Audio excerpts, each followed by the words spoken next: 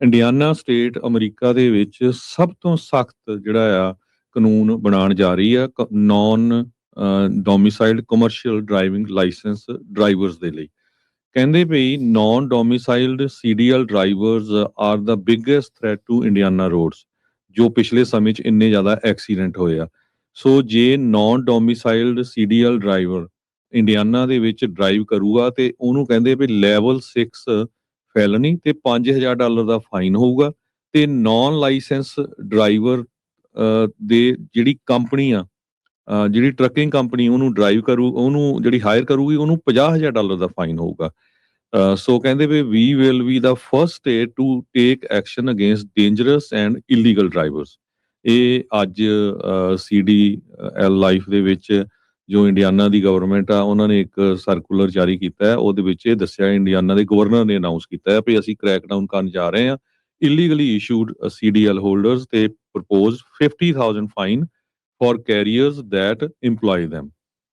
ਜੀ ਕਹਿੰਦੇ ਕੱਲੇ ਪਿਛਲੇ ਮਹੀਨੇ ਦੇ ਵਿੱਚ ਬਹੁਤ ਜ਼ਿਆਦਾ ਐਕਸੀਡੈਂਟ ਹੋਏ ਆ ਤੇ ਜਿਹੜੇ ਮਲਟੀਪਲ ਫੇਟਲ ਕ੍ਰੈਸ਼ਸ ਹੋਏ ਆ, ਉਹ ਸਾਰੇ ਦੇ ਸਾਰੇ ਇਲੀਗਲ ਇਮੀਗ੍ਰੈਂਟਸ ਦੇ ਨਾਲ ਕਾਜ਼ਡ ਹੋਏ ਹੈਗੇ ਆ।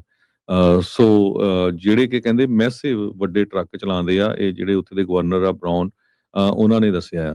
ਉਹਨਾਂ ਨੇ ਇਹ ਕਿਹਾ ਵੀ ਹੁਣ ਅਸੀਂ ਅਟਾਰਨੀ ਜਨਰਲ ਟੌਡ ਰਕੀਤਾ ਤੇ ਰਿਪਰੈਜ਼ੈਂਟੇਟਿਵ ਜਿਮ ਪ੍ਰੈਸਲ, ਉਹਨਾਂ ਦੇ ਨਾਲ ਰਲ ਕੇ first of its kind amendment ਲੈ ਕੇ ਆ ਰਹੇ ਆ CDL ਲਾਇਸੈਂਸਿੰਗ ਦੇ ਵਿੱਚ, ਜਿਹਦੇ ਨਾਲ ਜੋ ਸਟੇਟ ਆ ਉਹ ਇਲੀਗਲ ਇਮੀਗ੍ਰੈਂਟਸ ਦੇ ਜਿਹੜੇ CDL ਆ ਉਹਨਾਂ ਨੂੰ ਰਿਮੂਵ ਕਰੂਗੀ ਤੇ ਪਲੱਸ ਪੈਨਲਟੀਜ਼ ਹੋਊਗੀ ਉਹਨਾਂ ਕੰਪਨੀਆਂ ਦੇ ਲਈ $50,000 ਤੱਕ ਜੋ ਉਹਨਾਂ ਨੂੰ ਹਾਇਰ ਕਰਨਗੇ।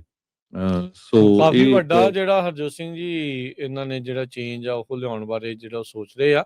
ਉੱਦਾਂ ਜਿਹੜਾ ਇੰਡੀਆਨਾ ਦਾ ਜਿਹੜਾ ਸੈਨੇਟ ਨੇ ਇੱਕ ਜਿਹੜਾ CDL ਟੈਸਟਿੰਗ ਦੇ ਵਿੱਚ ਇੰਗਲਿਸ਼ ਵਾਲਾ ਇਮੀਗ੍ਰੇਸ਼ਨ ਚੈੱਕ ਜਿਹੜੇ ਟਰੱਕਿੰਗ ਬਿੱਲ ਦੇ ਵਿੱਚ ਐਡ ਕੀਤੇ ਆ, ਉਹ GOP ਦੇ ਲਾਅ ਮੇਕਰਸ ਨੇ ਕੀਤੇ ਆ। ਤੇ ਜਿਹੜੇ ਡੈਮੋਕ੍ਰੇਟ ਕਹਿ ਰਹੇ ਆ, ਕਹਿੰਦੇ ਪਾਲਿਸੀ ਦੀ ਲੀਗੈਲਿਟੀ ਦੇ ਉੱਤੇ ਸਵਾਲ ਉਹ ਚੱਕ ਰਹੇ ਆ ਵੀ ਇਹ ਜਾਇਜ਼ ਵੀ ਹੈਗਾ ਆ ਕਿ ਨਹੀਂ। ਉੱਥੇ ਦਾ ਇੱਕ ਹਾਊਸ ਬਿੱਲ 1200 ਆ ਇੰਡੀਆਨਾ ਦੇ ਵਿੱਚ, ਉਹਦੇ ਵਿੱਚ ਇਹ ਨਵੀਂ ਜਿਹੜੀ ਭਾਸ਼ਾ ਆ ਉਹ ਐਡ ਕੀਤੀ ਗਈ ਆ ਵੀ ਕਮਰਸ਼ੀਅਲ ਡਰਾਈਵਿੰਗ ਲਾਇਸੈਂਸ ਦੇ ਲਈ ਇਕੱਲੀ ਇੰਗਲਿਸ਼ ਪ੍ਰੋਫੀਸ਼ੀਐਂਸੀ ਪ੍ਰੂਵ ਕਰਨੀ ਹੋਈ ਨਹੀਂ ਆ, ਤੇ ਅਦਰਵਾਈਜ਼ ਤੁਸੀਂ ਆਪਣਾ ਲਾਇਸੈਂਸ ਵੀ ਰਿਸਕ ਕਰ ਜਾਓਗੇ, ਲੂਜ਼ ਕਰ ਸਕਦੇ ਆ ਜੇ ਉਹਨਾਂ ਦਾ ਇਮੀਗ੍ਰੇਸ਼ਨ ਸਟੇਟਸ ਇਹਨਾਂ ਦੇ ਮੁਤਾਬਕ ਨਹੀਂ ਜਿਹੜਾ ਉਹ ਹੋਇਆ। ਸੋ ਇਹ ਕਿਤੇ ਨਾ ਕਿਤੇ ਹਰਜੋਤ ਸਿੰਘ ਜੀ ਜਿਹੜੇ ਨਵੇਂ ਨੌਨ ਡੋਮਿਸਾਈਲ CDLs ਆ ਉਹ ਤਾਂ ਕਾਫੀ ਹੱਦ ਤੱਕ ਇਹਨਾਂ ਨੇ ਰੋਕ ਹੀ ਜਿਹੜੇ ਉਹ ਦੇਣੇ ਆ। ਤੇ EAD ਕਾਰਡਸ ਨੂੰ ਲੈ ਕੇ ਜਿਹੜਾ ਟਰੰਪ ਪ੍ਰਸ਼ਾਸਨ ਆ ਫੈਡਰਲ ਪੱਧਰ ਦੇ ਉੱਤੇ, ਉਸ ਦੇ ਉੱਤੇ ਜਿਹੜੀ ਉਹ ਰੋਕ ਲਾਈ ਜਾ ਰਹੀ ਹੈ। ਨਵੇਂ ਜਿਹੜੇ ਆ ਰਹੇ ਆ ਕੋਈ ਵੀ, ਉਹਨਾਂ ਨੂੰ EAD ਸਾਲ ਤੋਂ ਪਹਿਲਾਂ ਜਿਹੜਾ ਉਹ ਨਹੀਂ ਜਿਹੜਾ ਉਹ ਮਿਲਣਾ ਹੈਗਾ। ਤੇ ਪਰ ਇੰਡੀਆਨਾ ਦੇ ਜਿਹੜੇ ਗਵਰਨਰ ਆ ਉਹਨਾਂ ਦਾ ਕੰਮ ਤਕੜਾ ਹੀ ਜਿਹੜਾ ਉਹ ਖਿੱਚ ਦਿੱਤਾ ਹੈ। ਨਾਲ ਜਿਹੜੇ ਇੰਡੀਆਨਾ ਦੇ ਸੀਗੇ ਹਰਜੋਤ ਸਿੰਘ ਜੀ ਅਟਾਰਨੀ ਜਨਰਲ, ਉਹ ਵੀ ਨਾਲ ਸੀਗੇ। ਟੌਡ ਰੌਟਕਿਨਸ ਇੰਡੀਆਨਾ ਦੇ ਗਵਰਨਰ ਮਾਈਕ ਬਰਾਊਨ ਨੇ, ਤੇ ਉਹਨਾਂ ਦੇ ਨਾਲ ਰਿਪਰੈਜ਼ੈਂਟੇਟਿਵ ਜਿਮ ਪ੍ਰੈਸਲ, ਕਹਿੰਦੇ ਵੀ ਉਹ ਸਾਰਿਆਂ ਨੇ ਮਿਲ ਜੁਲ ਕੇ ਇਸ ਦੇ ਵਿੱਚ ਲਿਆਂਦਾ ਆ ਵੀ ਕਮਰਸ਼ੀਅਲ ਟਰੱਕਸ ਜਿਹੜੇ ਆ ਉਹਨਾਂ ਨੇ ਜਿਹੜੀ ਇੰਡੀਆਨਾ ਦੀ ਸਟੇਟ ਆ ਉਹਨਾਂ ਦੀਆਂ ਰੋਡਸ ਤੇ ਹਾਈਵੇਜ਼ ਆ ਉਹਨਾਂ ਨੂੰ ਖਤਰਨਾਕ ਜਿਹੜਾ ਉਹ ਬਣਾ ਦਿੱਤਾ ਆ। ਇਹ ਉਹਨਾਂ ਦਾ ਮੰਨਣਾ ਹੈਗਾ ਆ। ਉਹ ਇਸ ਦਾਅਵੇ ਦੇ ਅਧੀਨ ਜਿਹੜਾ ਇਹ ਨਵੀਂ ਜਿਹੜੀ ਸਖਤੀ ਆ ਇਸ ਦੇ ਵਿੱਚ ਲਿਆਉਣ ਜਾ ਰਹੇ ਹੈਗੇ ਆ।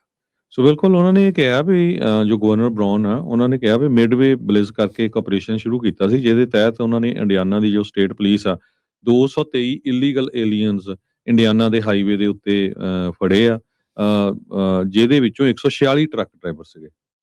ਸੋ ਕਹਿੰਦੇ ਵੀ ਕੱਲਾ ਜੋ ਡਰਾਈਵਰਸ ਆ ਉਹਨਾਂ ਨੂੰ ਫਾਈਨ ਕਰਕੇ ਜਾਂ ਉਹਨਾਂ ਤੇ ਫੈਲਨੀ ਲਾਣ ਕਰਕੇ ਨਹੀਂ ਇਹ ਕੰਮ ਚੱਲੂਗਾ। ਹੁਣ ਜਿਹੜੀਆਂ ਕੰਪਨੀਆਂ ਉਹਨਾਂ ਨੂੰ ਇੰਪਲਾਈ ਕਰੂਗੀਆਂ ਉਹਨਾਂ ਨੂੰ $50,000 ਪਰ ਡਰਾਈਵਰ ਜਿਹੜਾ ਆ ਫਾਈਨ ਲੱਗੂਗਾ। ਸੋ ਅਮਰੀਕਾ ਦੇ ਵਿੱਚ ਸਭ ਤੋਂ ਸਖਤ ਜਿਹੜਾ ਕਾਨੂੰਨ ਆ ਨੌਨ ਡੋਮਿਸਾਈਲ CDL ਡਰਾਈਵਰ ਦੇ ਸੰਬੰਧ ਦੇ ਵਿੱਚ ਇੰਡੀਆਨਾ ਸਟੇਟ ਬਣਾਉਣ ਜਾ ਰਹੀ ਹੈਗੀ ਆ। ਉਹਨਾਂ ਨੇ ਜਿਹੜਾ ਇਹ ਸਰਕੂਲਰ ਵੀ ਜਾਰੀ ਕੀਤਾ, ਆਪਾਂ ਸ਼ੋਅ ਵੀ ਕਰ ਸਕਦੇ ਹਾਂ, ਮੈਂ ਚੈਟ ਦੇ ਉੱਤੇ ਸ਼ੇਅਰ ਕੀਤਾ ਹੈ ਜੇ ਸ਼ੋਅ ਕਰਨਾ ਹੋਊਗਾ।